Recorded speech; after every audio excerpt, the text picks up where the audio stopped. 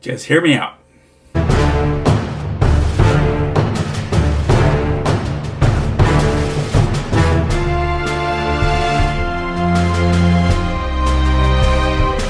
Welcome to my channel, KC. That's me, Carrie Chug, the Sledge Storyteller, here to talk about the wonderful world of storytelling and to open up discussion about how we can tell the best stories we can by talking about superhero movies. All the good, the bad, all that from a storytelling standpoint.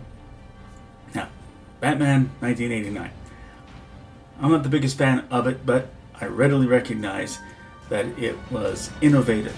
It was groundbreaking. So we all, as comic book fans as well as Batman fans, are indebted to what it brought about and, again, the milestone that it was. Now, I'm fully aware that to many, the Burton movies are the Batman be-all, end-all. And that's all cool. There's unmistakable strength in the use of visual imagery to tell the story here. And I will stay true to the approach I used in reviewing Batman 66. I'll save the good parts of it toward the end of this video to end on a good note. Now, during the beginning of the wave of Batmania at that time, I somehow missed the reports of Tim Burton as director and Michael Keaton in the title role. This was during pre-internet 1988.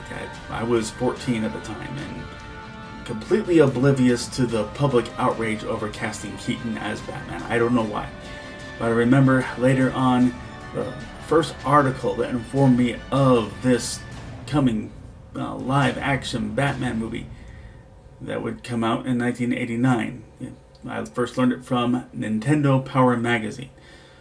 No doubt it was in part to prepare Nintendo players for the game that would come out based on the movie. I never played it. It was there that I saw the names of Michael Keaton and Tim Burton, and an emphasis that this was not going to be the campy Batman of the 1960s, but a serious one.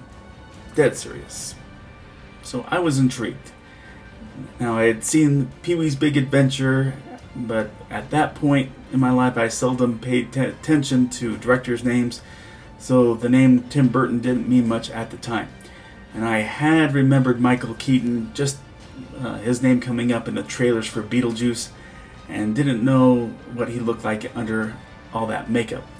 So I didn't at that point have a lot to go by, but I saw and mostly enjoyed this movie we're talking about, Batman of 1989. Okay, well, get the big thing out of the way. I'm not unaware of that. Again, to many, this is not a big deal at all. And more power to you if that's the case with you. Go with what you like. Again, I'm a firm believer in the subjectivity of storytelling. So much of my being a Batman fan is vested in his dedication to, as the words say in Batman #1, way back in 1940, physical perfection. I got a whole video dedicated to the subject of all iterations of physical strength among superheroes to give you my whole take on the subject. I'll leave the link to that in the description. And I've taken and have been given every angle on the matter when it comes to Michael Keaton, him and his stature. As I've read on the subject matter, it was producers John Peters and Peter Guber who wanted Michael Keaton to get the title role, both because of his acting talent and in taking the everyman angle on this. I readily acknowledge the former and will dwell more upon it when I get to the good. The latter, to me, too much here is invested when it comes to the everyman aspect of things.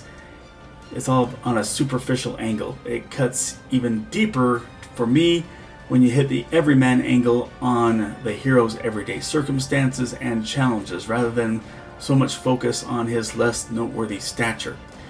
And so much of what goes into the physicality for character development when it comes to Batman, I've always seen that as a strong aspect of it. And if I'm supposed to believe producer Peter Guber on how this Batman gained his abilities, the persona he had was an ordinary man, and he put on the suit. The suit gave him his special persona. The suit allowed those unique powers to emerge, both internally and externally. And, based on kind of recent information I've gotten, I get that Keaton went through some training, but that's dampened a little by the producer's obsession over Batman being a guy off the street. And that phrase was lifted off the official behind-the-scenes book released with the movie. The training referred to there, it refers to Keaton's training and really wasn't meant to give dimensions to Batman as a character here. And I've also had it pointed out to me, look at Keaton in his first scene in the movie Desperate Measures. I just tend to think bigger based on what I've seen been accomplished by other superhero actors. I'll stop there. But in all seriousness, to me there is a lack of character development in Batman 89. We learn that his parents were gunned down by a young Jack Napier, and there's nothing to be said of what happened between that and the emergence of Batman. And I've interacted with die-hard fans of this movie who boldly say, well, the Wayne murders created Batman, and that Bruce Wayne's training phase is just a drag. And to each their own, whatever floats your boat. Mine is not to ask the question why. I just have an appetite for the hero's journey story, and something to give me a feel for the hard work that he put into becoming Batman. I also take issue with some of the character decisions made in the movie. You just drive me nuts. Batman first watches a mugging happening in the streets, but waits until the muggers are settled on a rooftop to attack rather than to break up the mugging. Those same muggers had Batman flat on his back after shooting him, but don't know well enough to keep running. And Bruce's sudden fixation on a not dead Jack Napier is supposed to be dramatic enough to look past his walking amid a hail of bullets. And for all of the allure of Keaton's performance... Yeah, this light shot! Now you want to get nuts! Come on!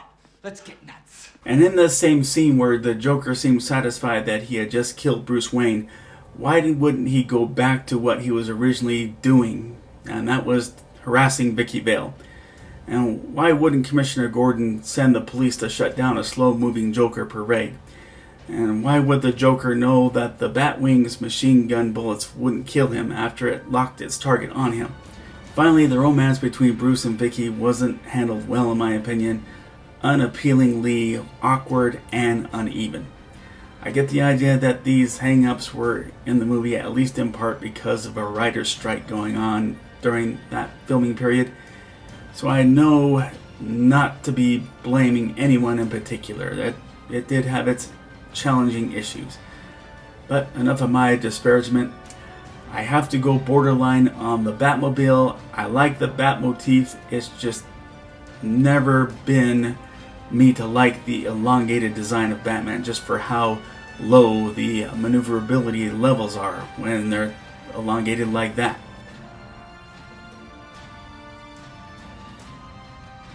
So I hope I haven't lost you at this point because it's gush time.